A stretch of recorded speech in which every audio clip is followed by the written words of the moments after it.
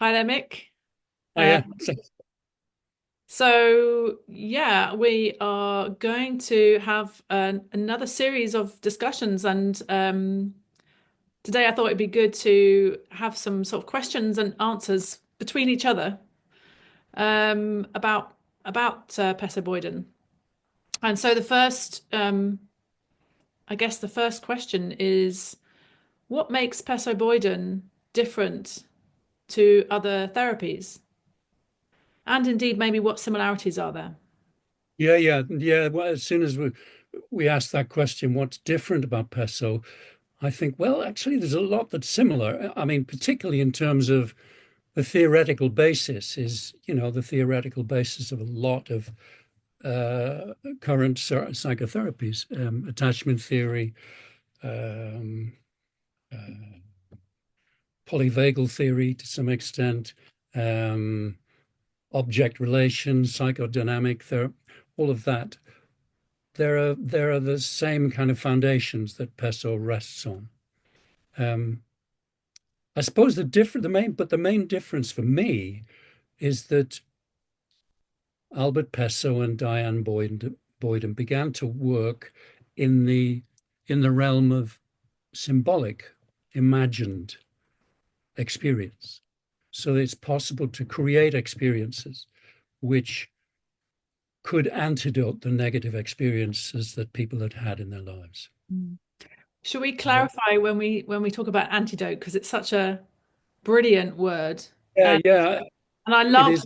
and I love what we use sometimes in workshops. This concept of an antidote being, when if someone has a poison in their system and they take an antidote, it reduces the impact of the poison.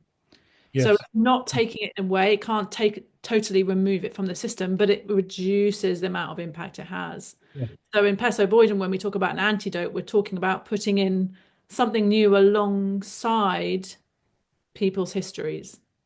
Yes. We're offering more history Yes. they can use, which is a better fit Mm. for who they are and Mm. where they are in their lives. I Mm. think that's the point. We can't change history, but Mm. we can add to it. And that added to history can have a powerful effect on us. And neuroscientists are telling us that those kinds of effects, actually, which is amazing. They can reopen or they can strengthen different neural pathways in the brain. Yeah, yeah, In that's the right. And so Pesso Boyden needs this idea of the symbolic and the imagined new possibilities. Yes, yes.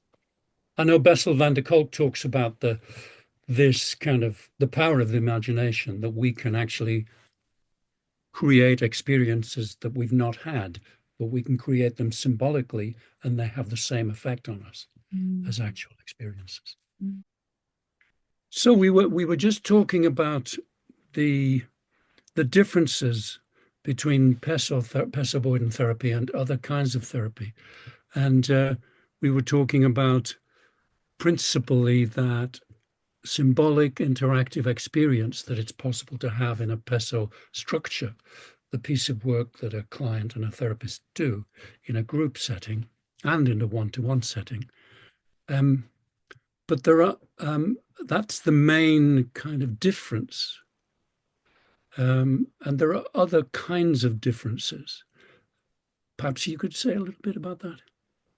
Yeah. I mean, I suppose one of the key things is with this therapy is in a group setting. Typically, it was Yeah, set yeah, up to be in a group. And when we talk about group therapy, often people imagine, I suppose, or with people with experience of therapy might imagine what we call a process group, which is a group set up to explore and be part of a dynamic of people all bringing their histories and their stuff into the room, and a therapist acting as a sort of mediator.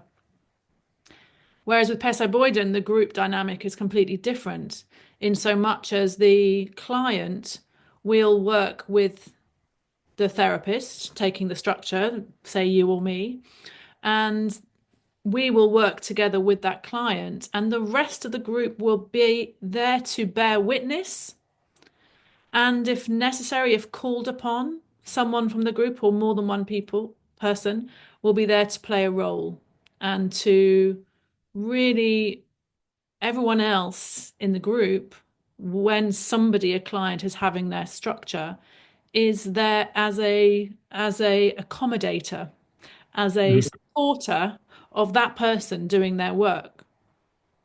So on a really practical level, we'll be sitting opposite the client and the group will sit, around them or wherever they actually direct everyone else to sit. And they'll be there in sort of theatre-like conditions, Mhm. bearing witness to the work. And depending on where the work goes and how the structure takes form, it's quite usual that those members of the group, some people will be called in to become part of that structure and to be enrolled as figures, archetypal figures, to facilitate the person doing their work. And Yes. You know, that just strikes me about that difference in a Pesso group is that the interactions between members of say a psychodynamic group, that's where the growth, that's where the healing can take place. I suppose that will happen in a Pesso group. There are interactions, but it's the symbolic interactions between the person having the structure and the facilitator and those enrolled figures yes, where the growth and the healing takes place. And yes, those imagined and then embodied and enrolled people, actual people, that makes it a richer experience. yes, yes. And it's so critical. And let's come back to saying more about playing a role later Yes. on.